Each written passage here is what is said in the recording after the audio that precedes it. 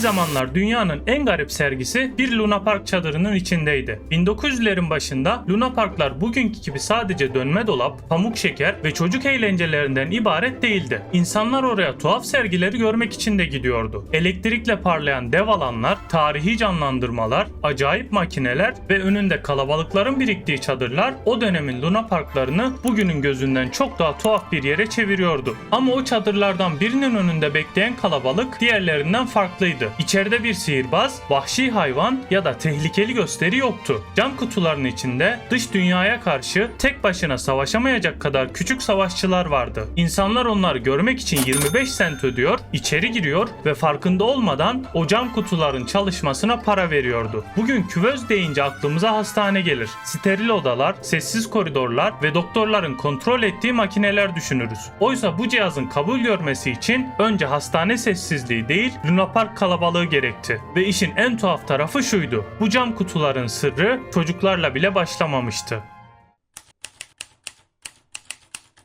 1878'de Paris'te Tarnier insan hayatını değiştirecek fikri bir hastanede değil bir sergi alanında gördü. Sergi önündeki kalabalığın izlediği şey bir kuluçka makinesiydi. Bu düzenek sıcaklığı kontrol ediyordu ve içinde çatlaması beklenen tavuk yumurtaları vardı. Zamanı geldiğinde kabuk çatlıyor, içerideki civciv hayata çıkıyordu. Bu görüntü Tarnier'in zihninde hastanedeki erken doğan bebeklerle birleşti. Çünkü prematüre olan bebeklerin problemi sadece küçük olmaları değildi. Dış dünyaya hazır değillerdi. Kendi ısılarını koruyamıyor, beslenmekte zorlanıyor, enfeksiyona açık hale geliyorlardı. Daha doğdukları anda bedenlerinin kaldırabileceğinden daha sert bir dünyanın içine bırakılıyorlardı. Bu yüzden Tarnier o civcivlere bakarken şunu düşündü: eğer yumurtanın içindeki canlıya küçük ve sıcak bir dünya kurulabiliyorsa, erken doğan çocuğun çevresine de dış dünyanın yerine geçecek korunaklı bir ortam kurulabilirdi. Çocuk dış dünyaya uyamıyorsa dış dünya çocuğa uydurulmalıydı.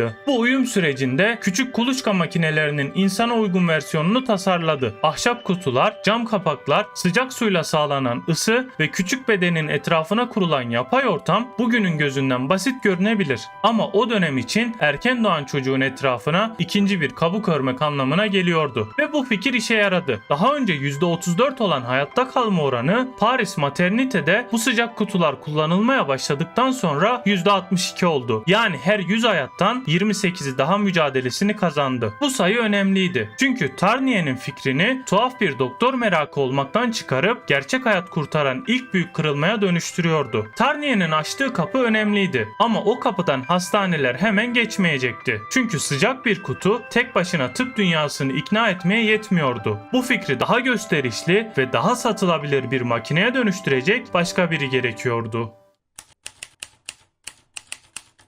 Alexander Lyon, Tarnier'in açtığı kapıdan geçtiğinde yaptığı şey tasarımdaki eksikliklere odaklanmaktı. Küvöz artık yalnızca çocuğu sıcak tutan bir kutu olmayacaktı. İçerideki sıcaklık daha düzenli kontrol edilecek, hava dolaşımı düşünülecek ve küçük bedenin etrafındaki ortam daha yönetilebilir hale getirilecekti. Tarnier'in fikri çocuk üşümesin noktasındaysa Lyon'ın katkısı bu fikri bir adım ileri taşıdı. Bu çocuk sadece sıcak kalmasın, kontrollü bir sistemin içinde yaşasın. 1891'de Nice'te Lyon'ın çocuk küvezleriyle ilgili yaptığı iyileştirmeler bu ikinci adımın işaretiydi. Makine artık daha ciddi, daha düzenli ve hastanelere anlatılabilecek bir hale geliyordu. Ama makine geliştikçe asıl soru da büyüyordu. Bu cihaz sadece işe yarayan tuhaf bir düzenek mi kalacaktı, yoksa hastanelerin satın alacağı gerçek bir tıbbi makineye mi dönüşecekti? Lyon bu cihazı hastanelere pazarlamaya çalıştı. Hastaneler bu fikre mesafeli kaldı. Onların gözünde cihaz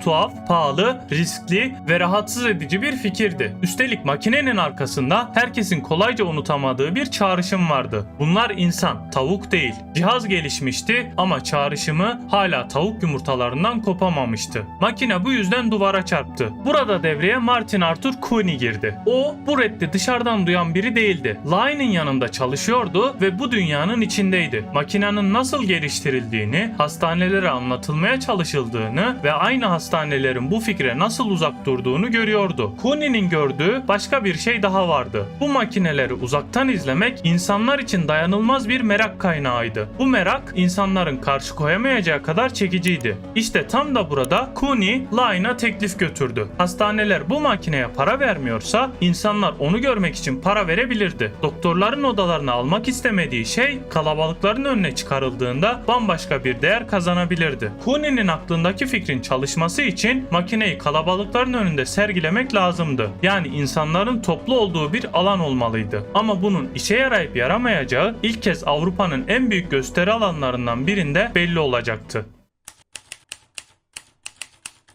1896 Berlin sergisinde cam kutular bu kez doktorlar dışındaki insanlara sergilenmeye başladı. Sergi alanına gelen insanlar karşılarında metalden ve camdan yapılmış soğuk bir makine görmüyordu. Camın arkasında küçücük bedenler vardı ve o bedenler herkesin gözünün önünde makineler sayesinde hayatta tutuluyordu. Bu sahnenin gücü makineden değil, makinenin içindeki hayattan geliyordu. İnsanlar orada sadece bir tıp yeniliğine bakmıyordu. Merak, korku ve umut aynı anda çalışıyordu.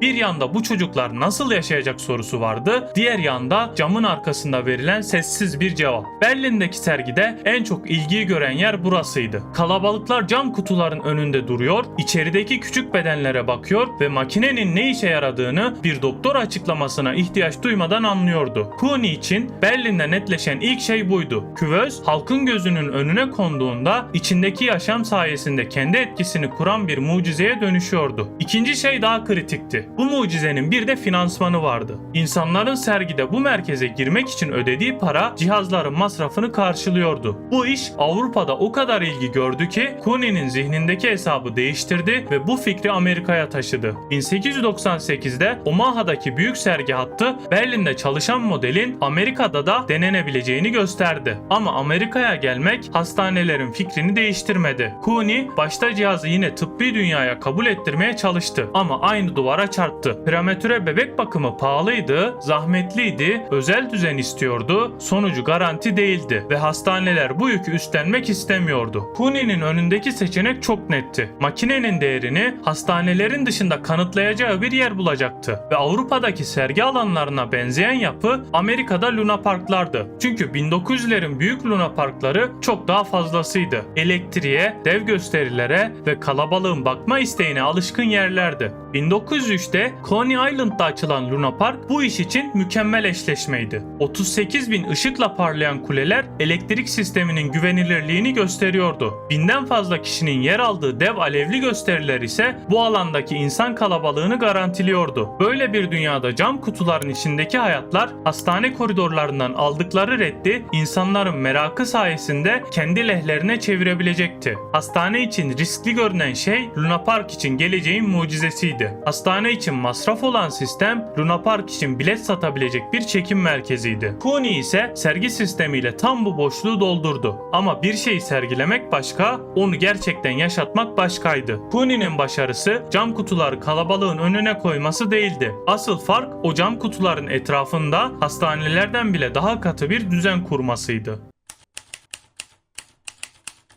Bugünün yaşantısıyla bakılınca Cooney'nin yaptığı şey tartışmalıydı. Ancak bu görüntünün en yanıltıcı tarafı da buydu. Çünkü camın önündeki kalabalık bir gösteriyi andırsa da camın arkasında kurulan düzen basit bir Luna Park numarası değildi. Cooney'nin farkı sadece bebekleri kuvözlere koymasıyla değil, o kuvözlerin etrafında işleyen katı bir bakım sistemi kurmasıydı. İçeride o bebeklere bakan hemşireler, onları besleyen süt anneleri vardı. Bu annelere o kadar katı kurallar konulmuştu ki en ufak ihlal işlerini kaybetmelerine sebep olurdu. Hijyen kuralları ziyaretçilerin yaklaşma sınırlarını bile belirlemişti. Beslenme düzeni ve bakım rutini kalabalığın ritmine değil bebeklerin ihtiyacına göre ayarlanıyordu. Cooney'nin sistemi kalabalığın merakını içeri alıyor ama kalabalığın kirini çocuklardan uzak tutuyordu. Bu yüzden Cooney'nin çadırı dışarıdan bir gösteri gibi görünse bile içeriden bakıldığında dönemin birçok hastanesinden daha disiplinli bir bakım alanıydı. Kuvözler de artık sadece sıcak sıcak tutan basit kutular değildi. Yaklaşık 1,5 metre yüksekliğindeki cam önlü düzeneklerle içeride sıcaklık korunuyor, hava dolaşımı düşünülüyor ve çocuk mümkün olduğunca sabit bir ortamda tutuluyordu. Bu sistemin en güçlü tarafı paranın akışıydı. Bir prematüre bebeğin ortalama bakım maliyeti yaklaşık 15 dolardı. Bu, çaresiz bir ailenin kolayca üstlenebileceği bir yük değildi. Cooney ailelerden bir kuruş bile ödeme almadı. Çünkü kapıda içeriye girmek için 25 sent ödeyen insanlar bu sistemin işlemesi için gerekli parayı ödemiş oluyordu. O para hemşirelere, süt annelerine, makinelere ve çocukların hayatta kalması için gereken düzene gidiyordu. 25 centlik merak 15 dolarlık bakıma dönüşüyordu. Bu model çalışmaya başlayınca taklitçilerin çıkması kaçınılmazdı. Rakipler benzer sergiler kurmaya çalıştı. Onlar da kalabalığın merakından faydalanmak istedi ama Cooney'nin asıl farkı burada ortaya çıktı. Rakipler cam kutuyu taklit edebildi. Bakım disiplinini taklit edemedi. Bu yüzden hastaneler ve otoriteler Cooney'nin peşini bırakmadı. Çünkü yaptığı şey resmi tıbbın dışında duruyor, hastanelerin reddettiği bir sistemi Luna Park'ın ortasında çalıştırıyordu. Ayrıca Cooney hakkında sürekli güvenilmez olduğuna dair söylentiler yayılıyor ve bir diploması olmadığı vurgulanıyordu. Baskınlar yapıldı, denetimler geldi, kapatılmak istendi. Cooney'nin karşısına her seferinde aynı şüphe çıkarıldı. Bu gerçekten bakım mıydı yoksa aileler üzerinden kurulan bir gösteri mi? Yetkililer her seferinde eli boş dönüyordu. Çünkü ailelerden para alınmıyordu. Tıbbi hizmeti çaresiz insanlara satmıyordu. İnsanlar sergiyi görmek için para ödüyor ve o para çocukların yaşamasını sağlıyordu. Yıllar içinde yaklaşık 8.000 hayat bu cam kutularda mücadele verdi ve 6.500'ü hayata tutunmayı başardı. Bu sayı onun savunmasının merkezine yerleşti. Yaklaşık %80'lik başarı oranı Cooney'nin yaptığı şeyi yalnızca tuhaf bir sergi olmaktan çıkarıyordu. Fakat Cooney'nin en büyük sınavı baskınlardan kurtulmak değildi. Asıl soru hala ortada duruyordu. Hastaneler yıllarca reddettikleri bu sistemi ne zaman kendi kapılarından içeri almak zorunda kalacaktı.